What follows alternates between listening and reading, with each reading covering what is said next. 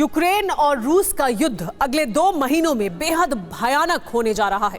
मई के महीने से यूक्रेन में गर्मी शुरू हो जाएगी और युद्ध का तापमान बढ़ाने के लिए यूरोप के देशों ने यूक्रेन में गोला बारूद की सप्लाई बढ़ाने का प्लान तैयार कर लिया है।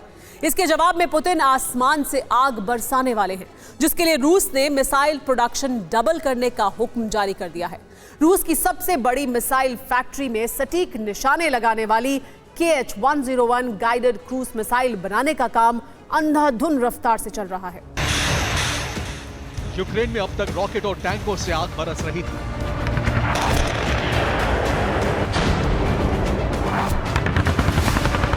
लेकिन अब आसमान से धरती पर बारूदी आग बरसाने की तैयारी है।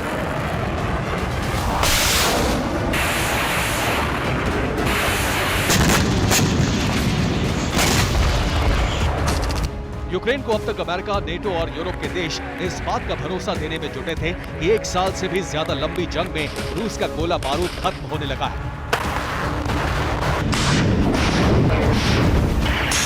यूक्रेन का हौसला भी इसी बात से बढ़ा था कि अब वो अमेरिका और यूरोप के हथियारों के दम पर रूस को हरा देंगे।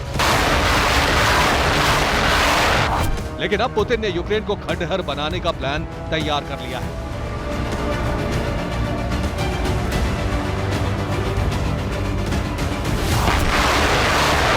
इस बार की गर्मी में रूस की सेना यूक्रेन पर आसमान से इतनी आग बरसाने वाली है कि यूक्रेन की धरती पर सिर्फ खंडहर, धुआं और खौफ नजर आएगा।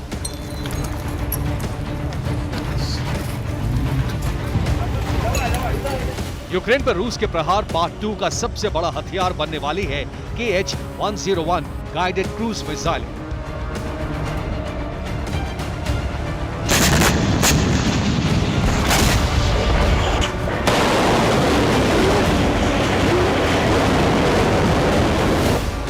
रूस के रक्षा मंत्री सर्जेई शोइगु ने हाल ही में सबसे बड़ी मिसाइल फैक्ट्री का दौरा किया, जहां उन्होंने गाइडेड मिसाइलों का प्रोडक्शन दुगना करने का आदेश दिया और उनके आदेश पर फौरन अमल भी शुरू हो गया।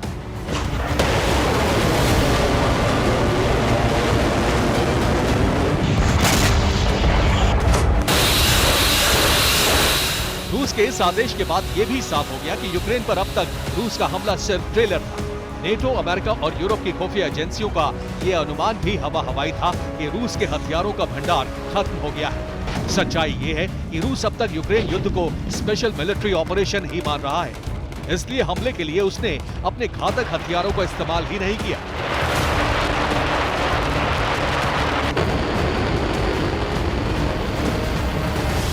लेकिन अब रूस का यूक्रेन पर प्रहार आर पार के युद्ध के लिए होगा। इस बात का ऐलान भी राष्ट्रपति पुतिन के प्रवक्ता दिमित्री पेस्कोव ने कर दिया है। पेस्कोव ने यूक्रेन और उसके मददगार नेटो को धमकी दी है कि युद्ध क्या होता है, इसका पता नेटो और यूक्रेन को बहुत जल्द लग जाएगा।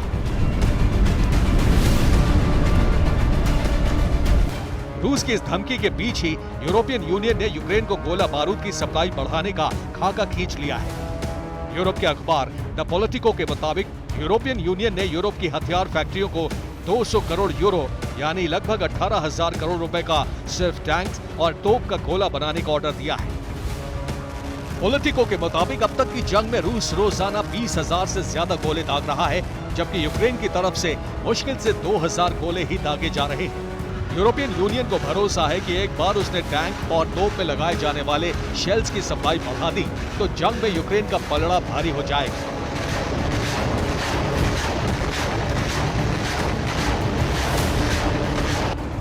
यूक्रेन की मारक क्षमता बढ़ाने के लिए पोलैंड से लेपर्ड टैंकों की खेप भी लगातार पहुंचाई जा रही है। अमेरिका के अब्राम्स टैंक और ब्रिटेन के चैलेंजर टैंक्स भी यूक्रेन भेजे जा रहे हैं, जिनका मुकाबला करने के लिए रूस ने यूक्रेन में अब अपनी उस महिला बटालियन को तैनात करने का फैसला किया है जिसने दूसरे विश्व युद्ध में जर्मनी के अत्याधुनिक टाइगर टैंक्स को तहस नहस कर दिया था। दूसरे विश्व युद्ध के बाद फिर किसी देश ने महिला टैंक क्रू का इस्तेमाल नहीं किया, लेकिन इस बार पुतिन रूस आर्मी के विमेन पावर पर दांव आजमाने जा रहे हैं। 2019 के मिलिट्री वॉर गेम्स में रूस ने अपनी जिस महिला टैंक क्रू की झलक दिखाई थी, वही टैंक बटालियन अब यूक्रेन में मोर्चा संभालने जा रही है। इस बटालियन में सिर्फ महिला सैनिक हैं जो टैंक में लोड होने वाले 19 किलो के गोले किसी खिलौने की तरह उठा लेती।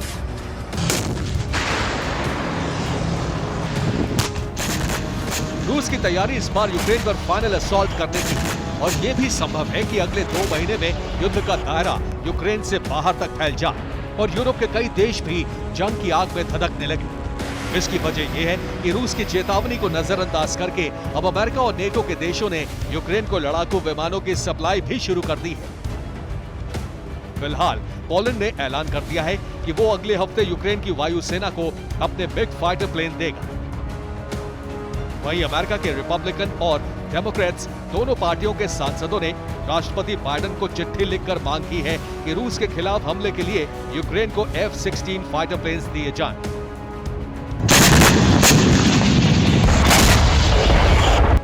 राष्ट्रपति पुतिन पहले ही चेतावनी दे चुके हैं कि अगर अमेरिका और यूरोप ने यूक्रेन को फाइटर प्लेन दिए तो इसे रूस पर अमेरिका और यूरोप का सीधा हमला माना जाएगा। उसके बाद रूस का कहर कहां और कितना टूटेगा, इसकी कल्पना भी नेटो के देशों ने नहीं की होगी।